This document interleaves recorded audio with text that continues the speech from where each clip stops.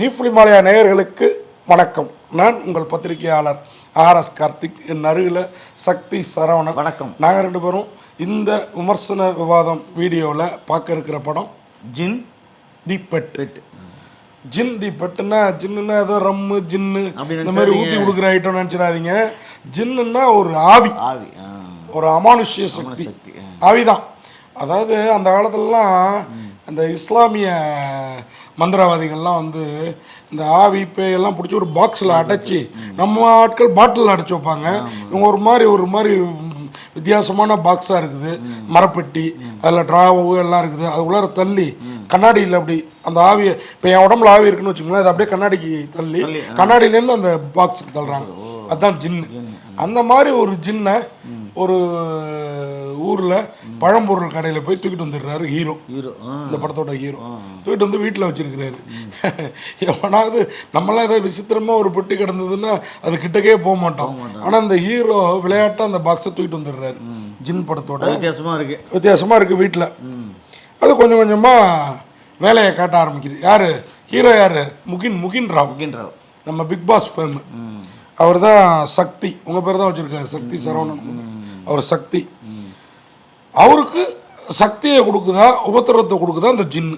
அதான் ஃபஸ்ட்டு கொஞ்சம் அமக்கலம் பண்ணுது. அதுக்கப்புறம் அவங்க குடும்பத்தோட ஐக்கியம் ஆயிடுது. ஆனால் அவங்க குடும்பத்தில் இருக்கிற பாட்டி வடிவுக்கரசி அம்மா, அப்புறம் அவர் பேர் என்னது, அவங்க அப்பா, எல்லாரும் வந்து ஜின்னை பார்த்து பயப்படுறாங்க. அது மாதிரி வினோதினி அக்கா கேரக்டர், அவங்களுக்கு புருஷனாக ஒருத்தர் வர்றாரு.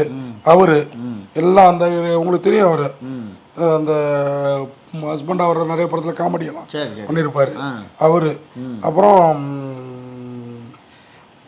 இவருக்கு இந்த ஜின்னு வந்த நேரம் ஒரு லவ்வும் வருது. பவ்யா திரிகா கதாநாயகி அந்த பொண்ணோட. அதனால இவருக்கு வந்து அதிர்ஷ்டமும் வருது, வேலை வெட்டி எல்லாம் கிடைக்குது. அதனால இவர் நம்புறாரு. ஆனா ஜின்னு வந்ததுலேருந்து வீட்டில் ஏதாவது அபசகுணமா நடந்துகிட்டே இருக்குது வீட்டுக்குள்ளார அப்படின்னு அவங்க ஃபீல் பண்றாங்க. ஆனா அந்த ஜின் இறுதியில ஹீரோவுக்கும் ஹீரோயினுக்கும் உதவி பண்ணுதா இல்ல உபத்திரவம் பண்ணுதா? உதவிதான் அது பண்ணுது. என்னன்னா ஜின்னு இவங்க வீட்டுக்கு வந்த நேரம் வரல ஹீரோயின். அப்போ பார்த்தீங்கன்னா ஒரு ஹாஸ்பிட்டலில் நர்ஸாக இருக்குது. அது கடைசியில் பார்த்தீங்கன்னா அந்த ஹாஸ்பிட்டல் ஓனருக்கு அதுதான் டாக்டராம் கதையில் வருது. அந்த டாக்டர் தான் இவரோட காதலி.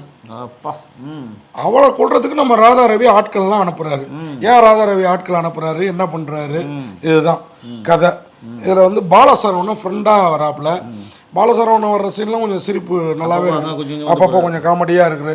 முகின் ராவும் அந்த பொண்ணு செம ஜோடி பொறுத்தாங்க. அதுவும் அந்த பொண்ணு பார்த்தீங்கன்னா செகண்ட் ஹாஃப்லாம் ஒரு 2-3 ஜென்மத்துக்கு முன்னாடி ராஜகுமாரியா இருந்திருக்கும். திருப்பி 2-3 ஜென்மம் போறாங்க. 2-3 ஜென்மம் இல்ல, 700 வருஷத்து கதை. இந்த சொன்னல இந்த இஸ்லாமியர் ஆவிய பிடிச்சி வைக்கிறாரு அட்டை டப்பாக்குள்ளாருன்ட்டு, மரப்பெட்டிக்குள்ளாரு 700 வருஷமா வருது. யாரை பாதுகாக்க வருது, ஏன் வருது அப்படிங்கிறது கிளைமேக்ஸ். வேற லெவல்ல யோசிச்சிருக்காங்க. ஆனா ஃபர்ஸ்ட் ஹாஃப் அப்படியே தூக்கி வெட்டி போட்டுருக்கலாம். அவ்வளோ குடும்பம். ஆனா செகண்ட் ஹாஃப் உங்களை இருக்கையை விட்டு பின்னுக்கே தள்ளாது. நுனி சீட்டில் உட்காந்து தான் பார்ப்பீங்க. அவ்வளோ பிரமாதமாக இருக்குது. எனக்கு தோணுச்சு, எதுக்கு இதுக்கு இந்த முன்னாடி இந்த ஃபேமிலி பேக்ட்ராப் கதெல்லாம் இதை பார்த்து பாதி பேர் ஏஞ்சி போயிடுவாங்களே, எதுக்கு இதெல்லாம் அப்படின்னு யோசித்தேன் நான். உண்மையாக அதை ரசிகர்களும் ஃபீல் பண்ணுவாங்க. ஆனால் செகண்ட் ஹாஃப் கொடுத்த காசுக்கு டபுள் மடங்கு ஒர்த்து செகண்ட் ஹாஃப். அதுவும் இந்த ஜின்னு வர்ற சீனு, ஜின்னுக்கு போட்டியா இன்னொரு வில்லன் ஜின்னு எல்லாம் வருது. வில்லன் வேற லெவலில் இருக்குது. இந்த படம் சம்மர் ஹாலிடேஸ் முடிய போகுது, ஸ்கூல் ஓப்பன் ஆக போகுது. இதை குழந்தை குட்டிகளோட போய் பார்க்கலாம், ஜாலியாக இருக்கு. நம்மள மாதிரி பெரியவங்க கொஞ்சம் ரம்ம அடிச்சுட்டு போனா ஜின்னு உங்களுக்கு ரொம்பவே பிடிக்கும். குழந்தைங்க ராவா போனாலே பிடிக்கும், நல்லா இருக்குது. அதுவும் செகண்ட் ஹாஃப் எக்ஸ்ட்ரானரி. இந்த படத்தில் நான் சொன்ன மாதிரி முகின் ராவ், பவ்யா திரிகா, வடிவுக்கரசி, பாலசரவணன், ராதா ரவி, நிழல்கள் ரவி தான் அந்த பொண்ணோட அப்பாவை வராரு. வினோதினி, ரித்விக், இப்படி நிறைய பேர் நடிச்சிருக்காங்க. டிஆர் பாலாவே இந்த படத்தை தயாரித்து இயக்கி இருக்கிறாரு. உண்மையாகவே படத்தில் வந்து இந்த சிஜி இந்த ஒர்க்லாம் ஏஐயா எல்லா ஒர்க்கும் எல்லாம் இப்போ என்னென்னமோ சொல்கிறாங்களே, எல்லா கம்ப்யூட்டர் கிராஃபிக்ஸ் ஒர்க்கும் இருக்குது, பிரமாதமாக இருக்குது.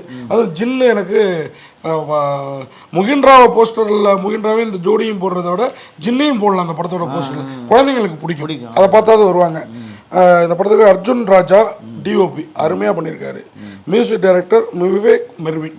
உண்மையாக அவரோட மியூசிக்கில் ஒரு பாட்டெல்லாம் ரொம்ப அழகாக இருக்குது. தீபக்கோட எடிட்டிங் நான் சொன்னது தான். முன்பாதியில் முக்கால்வாசியே வெட்டி போட்டிருக்கலாம் போடலான்றீங்களே. ஆமாம், ரெண்டாம் பாதியை அப்படியே இன்னும் கொஞ்சம் நீட்டி முழக்கி இருக்கலாம். அப்போ இது அவ்வளோ பிரமாதமாக இருக்கு. ஒரு படமாச்சுன்னா ரொம்ப நல்லா இருந்திருக்கும். 1 ஹவருங்கிறது இரண்டாம் பாதி இன்னும் கொஞ்சம் நீட்டி முழக்குங்கிறதான்.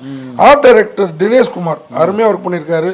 ஸ்டென் மாஸ்டர் பிரதீப் தினேஷ் அவரும் பிரமாதம்.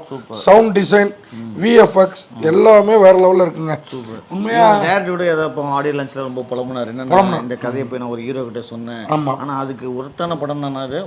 Second half ஒர்த்துங்க. ஓ, அப்போ ஃபர்ஸ்ட் ஆஃப் மட்டும் டேரக்டர் சொன்னார். ஒருவேளை அதை கேட்டு தான் அந்த ஹீரோ மறுத்தாரு. ஹீரோ கிட்ட பாவம். ஆனாலும் போய் சொல்லிட்டு செகண்ட் ஆஃப் குள்ள அவர் ஏந்து மறந்துட்டாரு. ஜின் தி பெட் என்னது குழந்தை ரசிகர்களுக்கு உண்மையாவே பெட்டு, நம்மள மாதிரி ஆட்களுக்கு ஒரு பெக்கு போட்ட பெட்டு.